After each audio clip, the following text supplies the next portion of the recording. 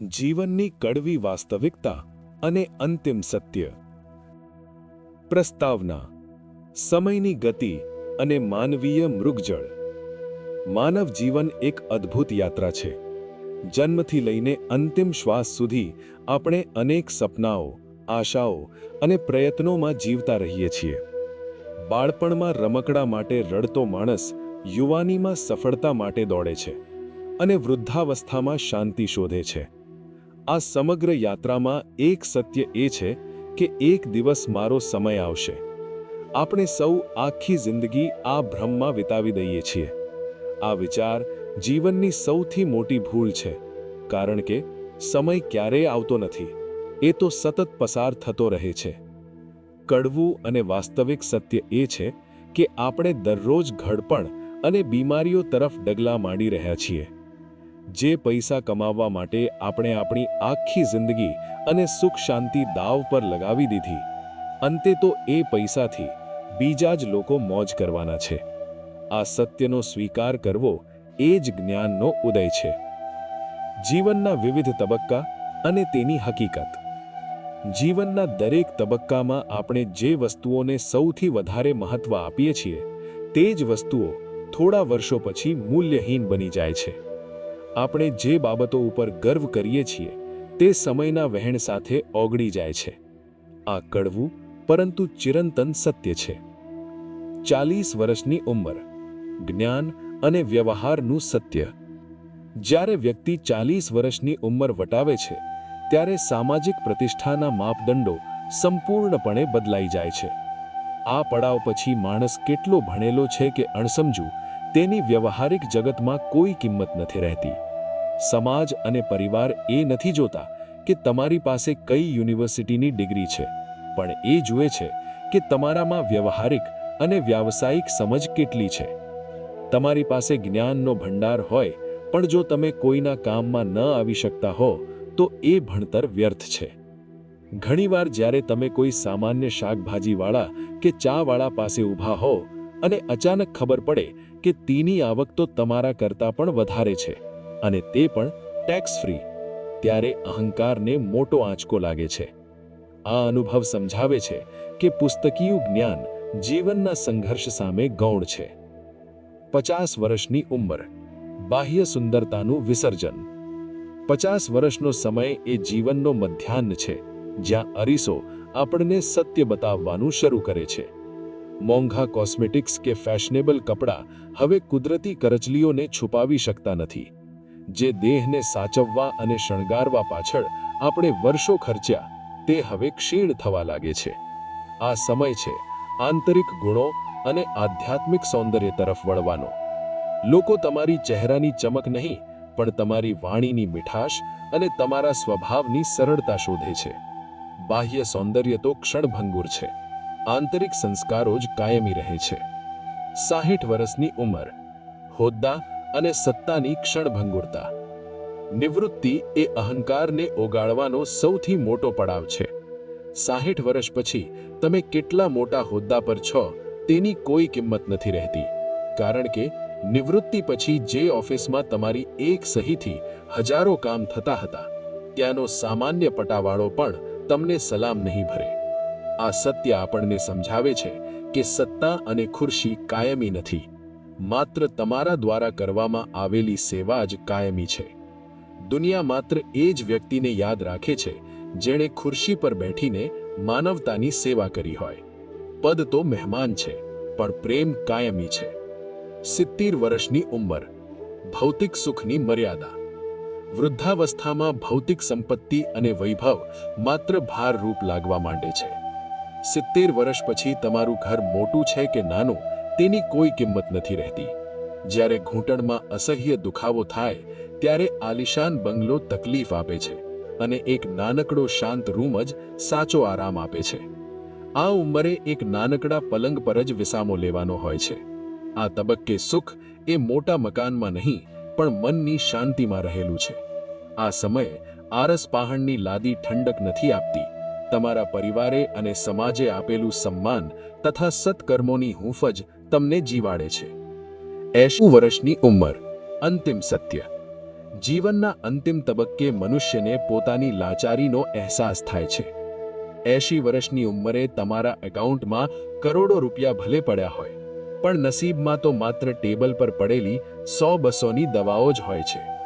Dining table પર પડેલા 56 ભોગ આપણે આરોગી શકતા નથી. જે સંપત્તિ કમાવવા માટે આપણે આખું આયુષ્ય ખર્ચી નાખ્યું, તે સંપત્તિ હવે આપણને બીમારીઓથી બચાવી શકતી નથી. આ સત્ય આપણને પરમાર્થ તરફ પ્રેરે છે. આ સમયે સમજાય છે કે સંપત્તિ શરીર અને આરોગ્ય ખરીદી શકતી નથી.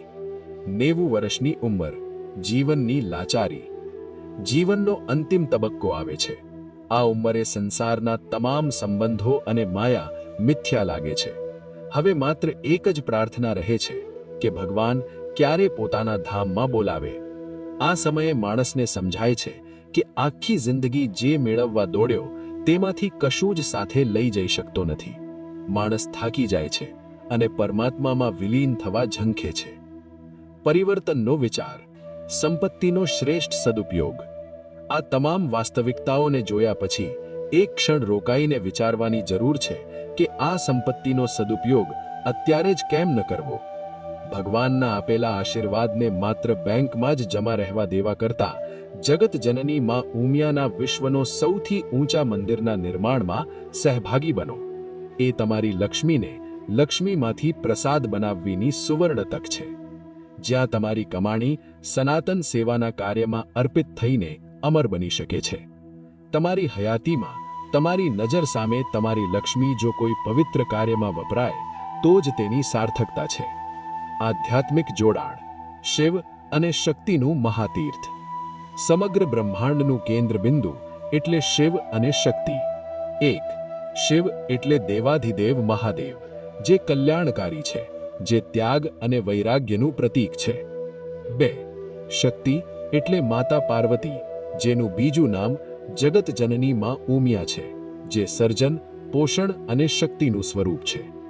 વિશ્વ ઉમિયાધામ, જે શિવ શક્તિનું દિવ્ય કેન્દ્ર બનવા જઈ રહ્યું છે. આ મંદિર માત્ર પથ્થરોનું શિખર નથી, પણ શિવ અને શક્તિનું દિવ્ય ઊર્જાનું કેન્દ્ર બનવા જઈ રહ્યું છે, જે માનવતાને આધ્યાત્મિક શાંતિ પ્રદાન કરશે. આ ઐતિહાસિક નિર્માણ કાર્યના ભાગીદાર બનવું એ પૂર્વજન્મના પુણ્ય વગર શક્ય નથી. સમાજ અને સંસ્કારનો અમર વારસો. તમારું આ યોગદાન માત્ર એક મંદિરનું નિર્માણ નથી, પરંતુ તે સનાતન સમાજને મજબૂત બનાવશે અને આવનારી પેઢીને પણ ગૌરવશાળી સંસ્કારો આપશે. યાદ રાખજો, આ પૃથ્વી પરથી સાથે કંઈ લઈ જવાનું નથી, પણ માં ઉમિયાના ધામમાં અને સનાતન સેવામાં આપેલી આહુતિ યુગો સુધી તમારું નામ અમર રાખશે. નિષ્કર્ષ, આજનો સંકલ્પ અને સાચો આનંદ.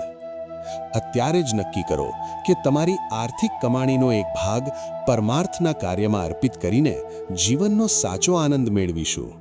સેવામાં વપરાયેલી સંપત્તિ જ તમારી સાચી મૂડી છે. બાકી બધું તો અહીં જ રહી જવાનું છે. માં ઉમિયાના ચરણોમાં સમર્પિત થઈને આ ઐતિહાસિક કાર્યમાં જોડાઈએ અને સનાતન ધર્મનો વિજય કરીએ. માં ઉમિયાનું મંદિર જ્યારે આકાશને આંબશે, ત્યારે તેની દરેક ઈંટમાં તમારી સેવા ભાવનો ધબકાર હશે. જ્યારે આપણે કોઈ ઉમદા કાર્ય માટે દાન આપીએ છીએ, ત્યારે જે આત્મસંતોષ મળે છે તે કરોડોની કમાણીમાં પણ નથી હોતો. ઇતિહાસમાં અમર થવાની અને જગતજનનીના ચરણોમાં આપણી કમાણી પવિત્ર કરવાની આ એક દિવ્ય તક છે. જીવન એક દિવસ પૂરું થવાનું છે, આ નિશ્ચિત છે, પરંતુ તે જીવન કેટલું અર્થપૂર્ણ બન્યું તે આપણા આજના નિર્ણય પર આધાર રાખે છે. જો આપણે માત્ર પોતાના માટે જીવ્યા હોઈએ તો જીવન અધૂરું છે, પરંતુ જો આપણે સમાજ, ધર્મ અને માનવતા માટે કંઈક આપ્યું હોય તો જીવન સફળ છે. આવો આપણે સૌ સાથે મળીને સંકલ્પ કરીએ કે માં ઉમિયાના આ દિવ્ય કાર્યમાં પોતાનો હિસ્સો આપીએ અને જીવનનો સાચો આનંદ મેળવીએ, કારણ કે જેમણે આપ્યું છે તે જ સાચા અર્થમાં જીવ્યા છે. આપણી સાથે કંઈ લઈ જવાનું નથી, ન પૈસા, ન સંપત્તિ, ન હોદ્દા, ન પ્રતિષ્ઠા, પરંતુ આપણે શું આપી જઈએ છીએ તે જ આપણો સાચો વારસો છે. આ મંદિર નિર્માણમાં તમે આપેલું યોગદાન એક સનાતન ધર્મને મજબૂત બનાવશે વિશ્વના ફલક પર હિન્દુ સંસ્કૃતિનું માથું ગર્વથી ઊંચું કરશે. 2. શિક્ષણ અને સંસ્કાર. આ ધામ માત્ર મંદિર નહીં, પણ શિક્ષણ, સંસ્કાર, આરોગ્ય અને સેવાના અનેકવિધ પ્રકલ્પોનું કેન્દ્ર બનશે. 3. નામ અમર થશે. યાદ રાખજો, સાથે કંઈ લઈ જવાનું નથી. જે અહીં આપીશું તે જ ઈશ્વરના ચોપડે જમા થશે. મા ઉમિયાના ધામમાં અને સનાતન સેવામાં આપેલી આહુતિ યુગો સુધી તમારું નામ અમર રાખશે. આ મંદિર હજારો વર્ષો સુધી અડીખમ રહેશે અને ત્યારે તમારું યોગદાન તેમાં જીવંત રહેશે. જય મા ઉમિયા, સનાતન ધર્મની જય.